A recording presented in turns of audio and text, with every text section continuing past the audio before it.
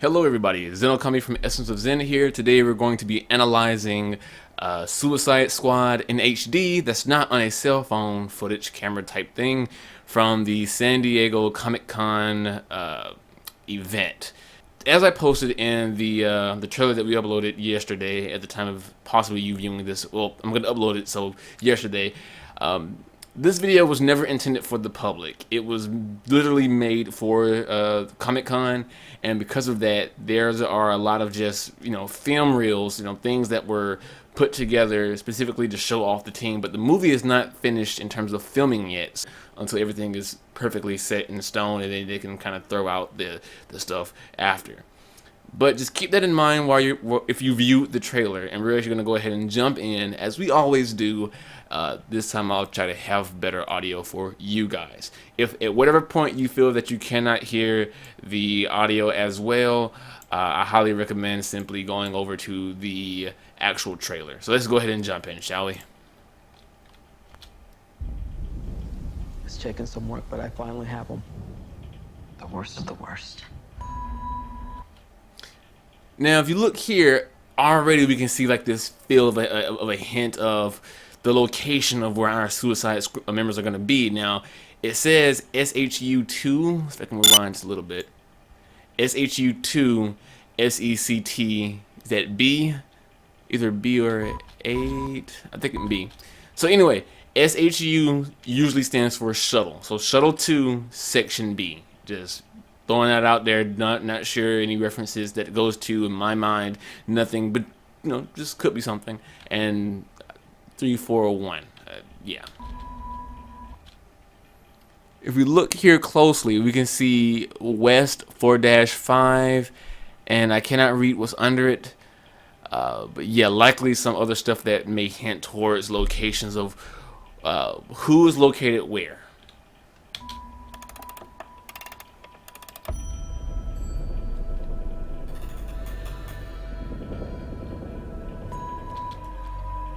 Where? Let's just say I put him in a hole and threw away the hole. Now here, it gives me goosebumps. We have Amanda Waller, who is actually being played by Viola Davis. When I first saw her, in terms of look-wise, I wasn't really getting the feel of Amanda Waller. Not because of, in the comics, the early comics and the early animated series, of course, Amanda Waller has always been portrayed as a healthy woman. And in most recent adaptations via New 52 comics and newer animated series, they slimmed her down a bit. I don't care either way. It's just that for me, Viola Davis never actually fit that image until I saw these trailers, or this trailer. And the way she speaks, the dialect, the voice, the word choice with the script, it's perfect. She from what I've seen in this few scenes, she makes an amazing Amanda Waller. But that could totally be proven wrong in the full movie. We never know. But then she said she put him in a hole and threw away the hole. That just screams. That's an awesome line. I like it. It's kind of campy, kind of cheesy, but it's a good line nevertheless. In a hole, threw away the hole. Firm but fair. That could just be any old thing, but the fact that it comes into camera or comes to play, it could probably be more like how Amanda Waller runs her Suicide Squad. So if you don't know, usually it's portrayed as she implants bombs in the back of their heads. Not collars, not like a wristband. She implants the bomb in the back of their heads, like near their the neck spinal connection where the it's called the cerebellum. I'm not a biologist, but somewhere in the back of the lower part of the head neck area, if you act up, she detonates. So, but she allows them to have some form of freedom when they're out on their mission, so long as they don't deviate too far from their mission. So firm but fair, and the fact that they didn't get executed because they're criminals, but are supposedly of some use. Firm but fair. There's rumors, Amanda, that some of them have abilities. Oh, yeah. I have seen things. Maybe Superman was some kind of beacon for them to create. pause here. Now, I'm not 100% sure if this is Margot Robbie or not, or some other character. It might be Enchantress, but because of the dark cave, the lighting is really off, and I really can't see the hair because it's braided up and etc. I'm thinking this is actually Enchantress, or who's being played by Cara Delevingne. Yeah, this is definitely Cara Delevingne. So this is Enchantress. So if you don't know, Enchantress is a particular character in the DC universe. I don't know much about her in the New 52, but pre-New 52 or pre-52, whatever you want to call it, her abilities are as simple as everything pertaining to the magic universe. So that includes the kind of core features that Wonder Woman is usually surrounded by, because she always deals with Cersei, the Trigon. That includes Raven from Teen Titans, if you're curious, and etc. Oh, Dr. Fate, Zartana, and etc. But what's so special about her is because Enchantress, she is sort of like a split personality. So when she gets her powers, she usually becomes possessed by that power set. So she can use them, and then sometimes going too far, she becomes possessed and her personality changes, and that is the Enchantress. What's the word? The Enchantress spirit, the essence of the power source that takes over the body, pretty much. And that's why you can see this. She's very cleanly dressed in terms of how she is in the. So if you look at her now, she's cleanly dressed and looks normal as compared to the image I'll put post editing of the Suicide Squad team put together. You can clearly see she's been in a rough look and a rough state and etc. I believe this rough state is her when she has the essence of Enchantress activated, and that's the second persona controlling the body. But we won't know till later on. Also, like to point out the fact that Amanda Waller said, yes, I've seen some things. They have abilities. That's telling you right off the bat that this DC movieverse or cinematic verse, whichever you want to call it, they're not afraid to go supernatural. That's one issue that many fans had, with the Christopher Nolan films, with Batman Begins, Dark Knight Rising, etc. They refused to go into the supernatural areas, the strange things. They wanted to keep it really grounded in terms of most realism. And I like realism, but this is still comic book stuff. So I'm glad to see that we're going to see the Suicide Squad members using their actual supernatural meta-human abilities. Back from the shadows. I want to assemble a task force of the most. Now they're running in as if like something went down. I'm not percent sure. Possibly not, because there's only 2 guys running in. But this could also be it could be, what's his name, Rick Flag, and I doubt it'd be Slipknot, because Slipknot is likely going to be behind bars as well. So maybe one of them are Rick Flag, and Rick Flag is the military officer who leads the Suicide Squad usually. Dangerous people on the planet. Okay, maybe not. Then I can actually pause it. I can actually get a good look at the actor. Actually, that still might be him. I can't really clearly see. It kind of look. The nose is a bit big, but the beard is there, unless like the beard changes in between in between the movie. I don't know. Do some good. They're bad guys. Exactly. And if anything goes wrong, we blame them. We have built-in deniability. That's very Amanda Waller-esque, telling them, if anything goes wrong, we're not going to be blamed. Now, Amanda Waller has usually been labeled things like a villain, but in matter of fact, she's more of like an anti-hero who fits the bill of like lawfully evil, or was it lawfully evil, or was it chaotic? Not chaotic. They usually say she can either be lawfully evil or chaotic good, and what that usually means is she plays a role where sometimes the actions are bad, but the outcome is for the greater good, and sometimes that greater good is what you should be applying to most things. But I digress. It's a weird context to try to fit the bill with her, at least. Makes you think you can control them. Because getting people to act against their own self-interest is what what I do for a living. Again, very Amanda Waller-esque. It gives me chills that she's. You can hear the confidence. You can hear the straight face. You can hear that she, like, the script and the way that she's speaking. There, she has no doubt in her mind that she can put this stuff together, make it work, no problems. It's a done deal. I got this. If it goes wrong, I have plans for it. That's what I love to see. There is literally no hesitation in her dialogue or hesitation in her speech. It's perfect for Amanda Waller.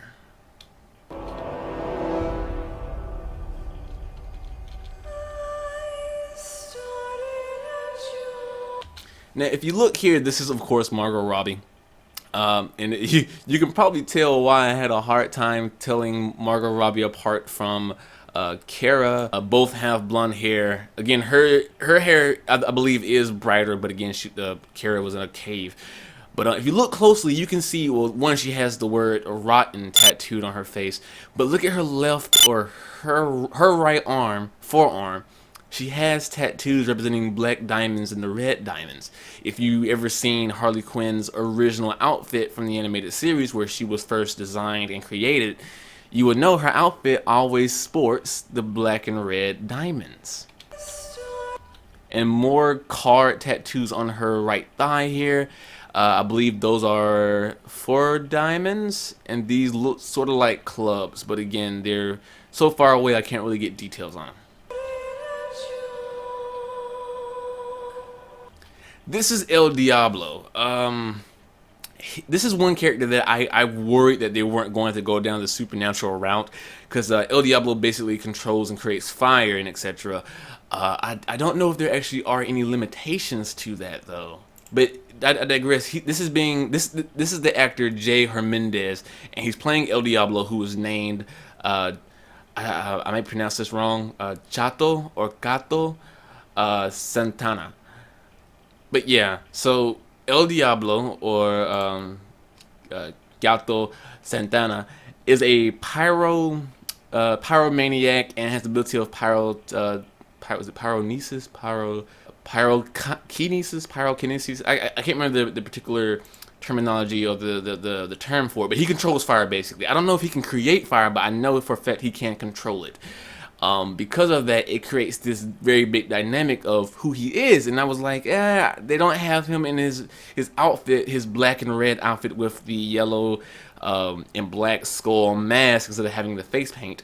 Well, he does wear face paint in the comic books at one point, but he also has a mask and outfit, and I wanted to see that outfit instead of the blue bowler's jacket they have him in. It's weird, but nevertheless, the character looks like a really good fit for that. And if you look closely on his face, you can see the skull designs from the eyes, the nose, the teeth. He also has tallies above his, I want to say, right eye, because it's a mirrored effect. That could be people he's killed or etc. You never know. But yeah. More Margot Robbie with her red, black, and cluster of diamonds. Here we have Will Smith, who is playing Deadshot, and Deadshot's character's name is Floyd Lawton. Now, personally, I think Will Smith can look a good Deadshot and even act in terms of action, movement, action scenes and everything, a good Deadshot. But when you hear his voice later on, I don't think his dialect fits the build. He just sounds like Will Smith. And while that's not a horrible thing, it's it could be the script or it could be just Will Smith, but the dialect and word choice does not fit for, in my opinion, Deadshot. But I think he's gonna do great regardless. It's not perfect, but nothing ever is in terms of movie adaptations of comic book heroes.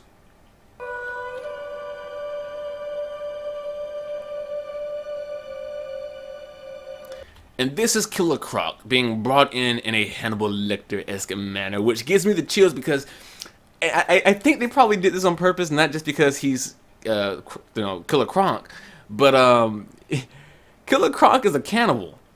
He literally eats people. And to see him being brought in a Hannibal Lecter-esque manner may pay homage to the fact that, you know, Hannibal Lecter was a cannibal as well. It will be a nice reference. A lot of people, you know, have complained, saying, "I wish they would have went with a more gruesome, big, mutated Killer Croc." That's not really Killer Croc's past or origin. I mean, even in the animated series, when they go all out, that's not. Killer Croc is simply a man who is a really big, muscular person who has a skin disorder that causes the skin to scale and scab up, seeming like he's reptilian, and that's it.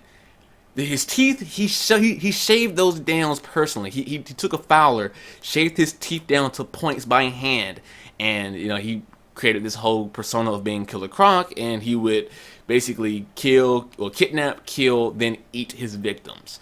So the fact that they're going to a closer route with his original side origin, makes me kind of happy. I'm glad they didn't go full out. Has to be CGI in every damn scene. I did not want that, actually.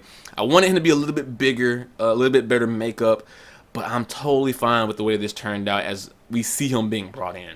I also like to know that these guys are like, what the hell is he?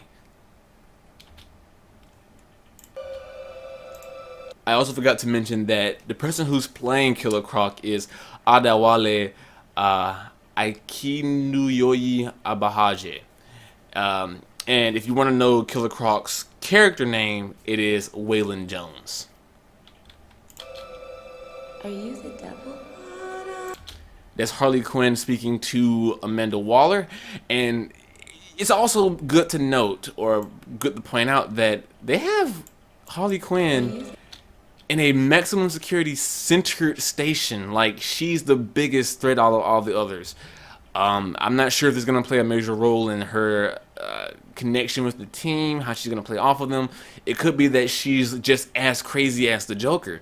In the recent or past writings of comic books, animated series, animated movies, it's always been a clear-cut thing that after the Joker kills Jason Todd, Harley Quinn has a falling out with Joker. She hated the fact that he did that to such a young kid, and necessarily, you know, that of the Bat family. It was one step too far in her opinion, and that caused a small temporary falling out, and they had an argument. And the fact that we see no present time situations with Harley Quinn next to the Joker. Every time we see them together, it's usually in the past before Harley Quinn snaps, except for that one scene where she's in the car with the Joker. But it may be a coincidence, or it may be a hint saying that they're on bad terms in this movie.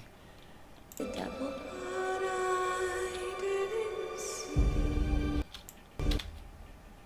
Now, if we look here, this is just really weird and creepy. There's a person wearing a giant eyeball and what looks to be a squinty-eyed baby face mask. I'm not sure. This could be either villains that the Suicide Squad are coming to take out, or it could be some members from the squad in costumes and theatrics pulling off some type of mission. My money, though, is probably going to be criminals that they're taking out. Maybe not. I don't know. This is likely a flashback of Deadshot's past, because aside from being an expert assassin, he does have a family, he does have a daughter, and that daughter plays a key pivotal role in the linchpin of his sanity, his actions, and the lifestyle that he chose, continues to continue with, and etc. And is also one of the biggest weaknesses of him. Just exploit the daughter, and you have Floyd Lawson, Deadshot, bending to your will. All you need to know is you work for me. More scenes of people in various costumes, which makes me think, this is likely the Suicide Squad in outfits. Because that might be Enchantress, that might be El Diablo. I don't know what's going on here, though. This is kind of weird.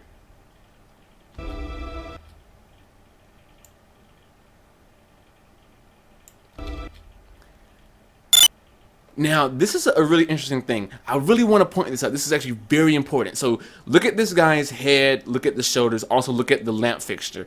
Look at his face. Now, I cannot tell if this is any actor in particular, but one, he looks really frightened, correct? Now again, remember this lamp in the back left, our back left, his right, but our left, this lamp over here. Remember that lamp, and remember the bald head, remember the shoulders. Just keep that in mind. Now this is again, this is Enchantress. Now her hair is dark in this picture. I'm pretty sure this is still the girl that was in the cave, but again, she looks not dirty and crazy just yet. But if you look behind her, she has the pentagram on the wall, signifying the magical-esque portions of her origins, the possession of the Enchantress spirit, etc. And she's in a pool of dark liquid. It could be water, just dirty water, I'm not sure, but with crops in it, it looks like a ritual, basically. A ritual for what? Maybe she's trying to cleanse herself, or she has to cleanse herself every so often, or she becomes the Enchantress. Or maybe she's trying to summon the Enchantress to take over. I'm not sure. We won't know until we see the movie or see more trailers and etc. But this, yeah. I do not like Harley Quinn in heels. And that's Captain Boomerang over to the left right here. That is played by Jay Courtney. And if you're curious about Captain Boomerang's character name, it is George Dega Harkness. Captain Boomerang, mate. He's Australian, or supposed to be Australian. I don't know if he's Australian in this movie or not, or if Jay Courtney is also. I don't know. He's an assassin similar to Deadshot. He's from Australia, and he, as funny as it is, he uses boomerangs. But people usually narc or hark on the boomerangs for being boomerangs, but they're actually very dangerous weapons, and they're actually a very interesting, amazing piece of equipment carved in terms of physics and mathematical equations to cause them to actually come back. It's very amazing. Now, that's neither here nor there, but whatever. So that's it, huh? We're the patsies. Now, you look on his neck, it says, I am the something. I can't really tell what this is. But yeah, there's something to keep an eye out. We're some kind of suicide squad. Well, they gave Captain Boomerang his mutton chop, so he actually might have an Australian accent. Let's go save the world. That's Deadshot and his daughter. That looks like this looks a lot like Rick Flag, but I'm not sure. When you look at the side picture, I can't really see the beard, the head shape. I've never seen Joel Kinnaman from a side profile angle, but yeah.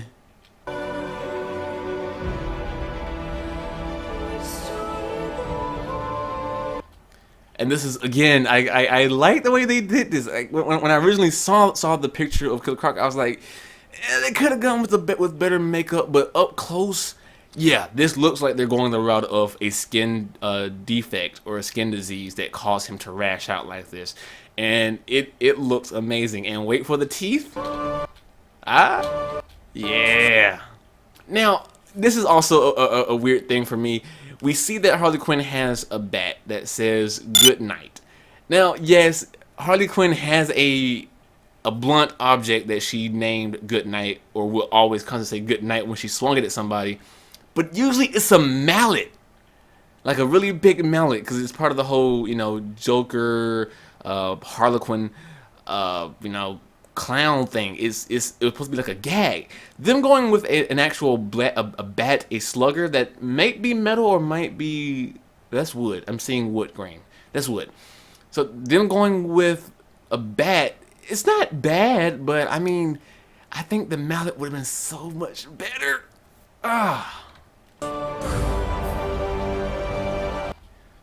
And again, more outrageous outfits with heist-esque things. This looks like a scene from Payday 2, the video game. Hilarious. Very hilarious. Now keep in mind, that might be Deadshot because I'm looking at the gloves and the belt buckle, but I'm not 100% sure about that. It could actually be Joker. Joker would use a Batman mask, but the build seems quite different though, doesn't it? I don't know. Just keep the jacket and things in mind as well. We're gonna see slight blurred from motion image soon. That's another thing. They brought Katana into the Suicide Squad. Now, Katana is a weird cast in my opinion. I'm not mad that they have her.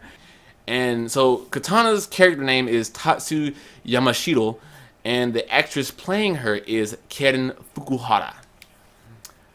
But yeah, again, I'm kind of dumbfounded. I'm hoping if she's in the Suicide Squad, I'm hoping that she's not painted as a criminal who's locked up in the cells with the other Suicide Squad members. I just hope that she somehow gets intertwined with this, because if you looked at my previous analysis video of Batman v Superman trailer, I want them to eventually do the main three families later down the road: the Superman family, the Wonder Woman family, the Batman family, and the Aquaman family too, but etc. And I'm seeing Katana. We're gonna see some Robins. It's possible. Earrings. Now here we can see the Joker. If you look on his neck, he has a necklace. And he has a jacket. Now, I can't tell if that's leather or the same type of blue puffy jacket that we saw with the Batman mask earlier. It's a really quick video, so we can't really tell if that's him or not. Or if it's not the guy with the Batman mask on it. That's clearly Joker. I wanted you all to see a closer look at Enchantress. And I like this. And the original origin or the original Enchantress outfit is not this extreme in terms of the witchcraft aspect, but this is a big different direction, and I'm not mad at it. I like it. I mean, I wish they didn't make her as like dirty and like mud on the face and the dirt on the shoulders and everything, but the style and the wardrobe, very nice.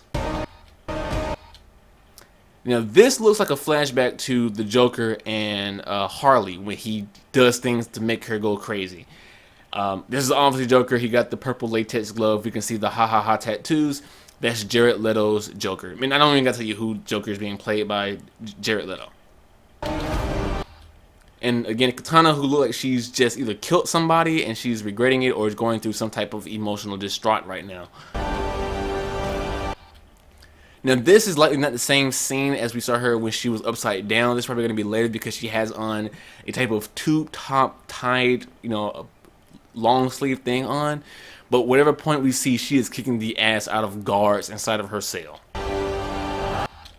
Now this is Harley Quinn inside of Joker's car. Notice the hair is down. She has one side with the pink reddish dye and the other side the dark blue purple. But she doesn't have her jacket or the shirt that says Daddy's Little Monster on it. So this is likely a flashback. And of course she's looking at Joker, who's likely driving the car. And who do we see on top of the car? Batman. Hope you got insurance. We can see here that that's El Diablo, and he has fire in front of him, but it's also being doused with water. So my guess is he started using his fire abilities, and either the Suicide Squad cells or the area has a protocol that when he starts a fire, just drench his ass out with water. But yeah, it's good to see this.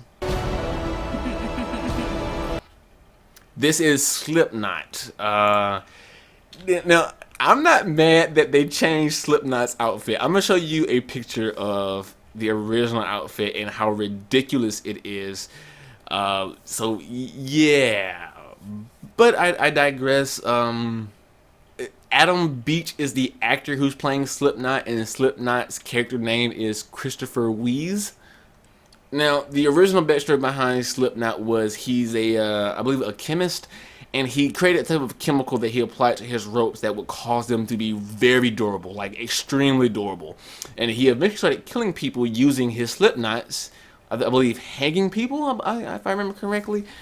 But yeah, he's basically an assassin who uses ropes, very durable ropes. At one point, they called them unbreakable ropes. So it's a weird ability, but I like the way they're going about it with his character design, the new outfit. He still has his ropes on him, so likely we're gonna see him use them. But he also uses guns, weapons, etc. And he looks like it. He has that dorky mask on, which I also enjoy.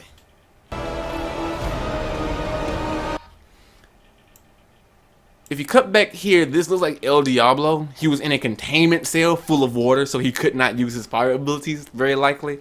I just found that to be funny.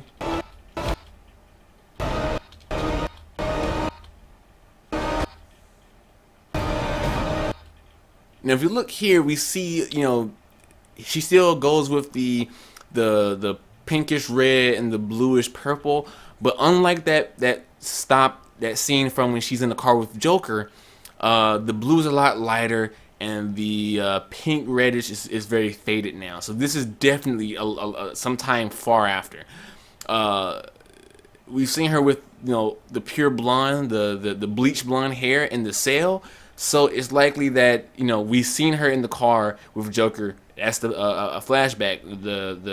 The past. We saw her with the full bleach blonde hair in the cell. That was the present, and we see her with this. She likely dyes her hair when while they're getting ready for the mission of whatever they're doing, going out. So yeah. Know what they say about the crazy ones? Now, if you listen to his voice, he doesn't sound Australian to me, but it sounds like he could possibly go a little bit further more. He definitely has an accent, but it could also be a South African accent, just very slight. If you don't overdo it, I won't be mad, because I hate when people who can't do proper accents just go overboard with them. So, again, I'm fine either way. Know what they say about the crazy ones? Huh? Okay, this is definitely Joker entering the scene. Now, remember when I told you about that lamp? Okay, look at this lamp. It might not be in connection, but just stay with me here. We'll see more later. Oh, I'm not gonna kill you. Oh man, I like this so much. I'm glad to see that Jared Leto's Joker is slim, but not lean. He actually has some muscle, some muscle detail. He's cut. He's not jacked or ripped, but he has, he has a physique, basically, a physique. A lot of people are very upset about the tattoos, the grill. Personally, I don't mind it. It's a different take on Joker. They didn't go over the top too far. There's plenty of Jokers. We've seen the mob-esque Joker. We've seen the anarchist Joker, and that was the most recent by Heath Ledger. And then we have this Joker, who seems to be playing the insanity aspect, clearly insane, but also with this mob mentality, and I'm loving it. I'm gonna kill you.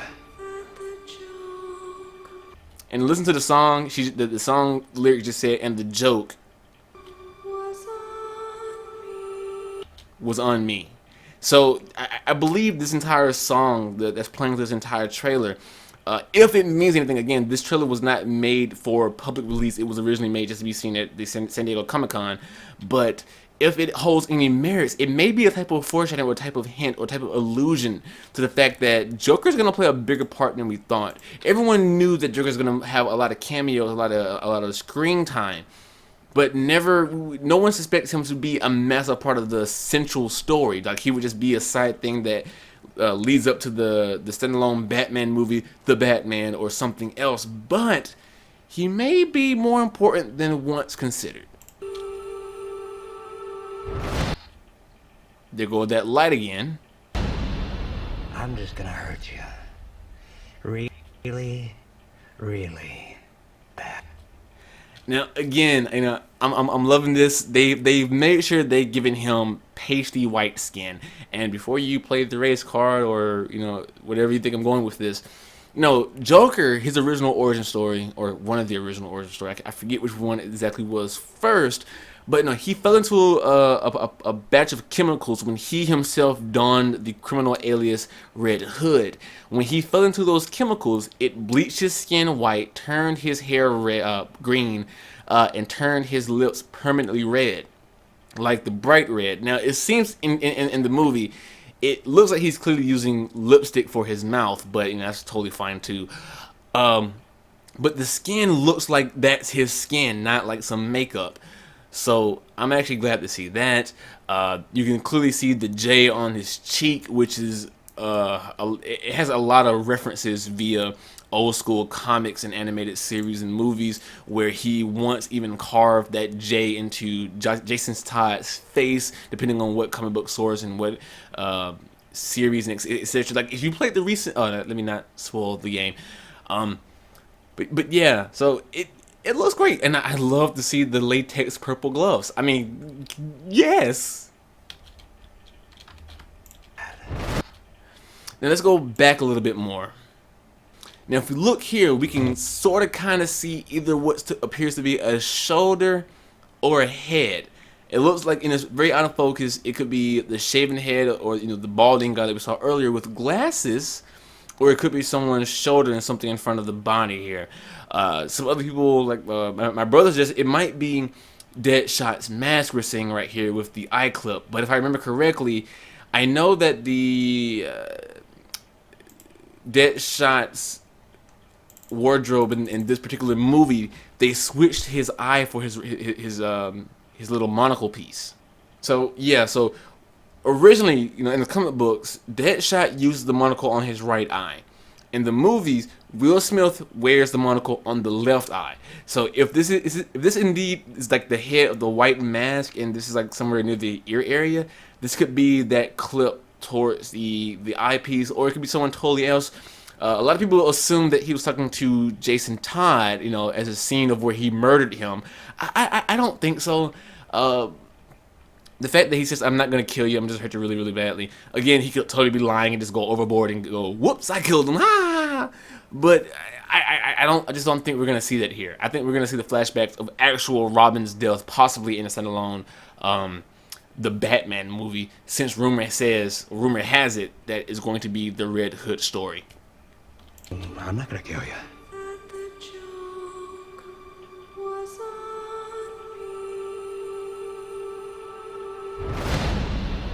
I'm just gonna hurt you. Really, really bad.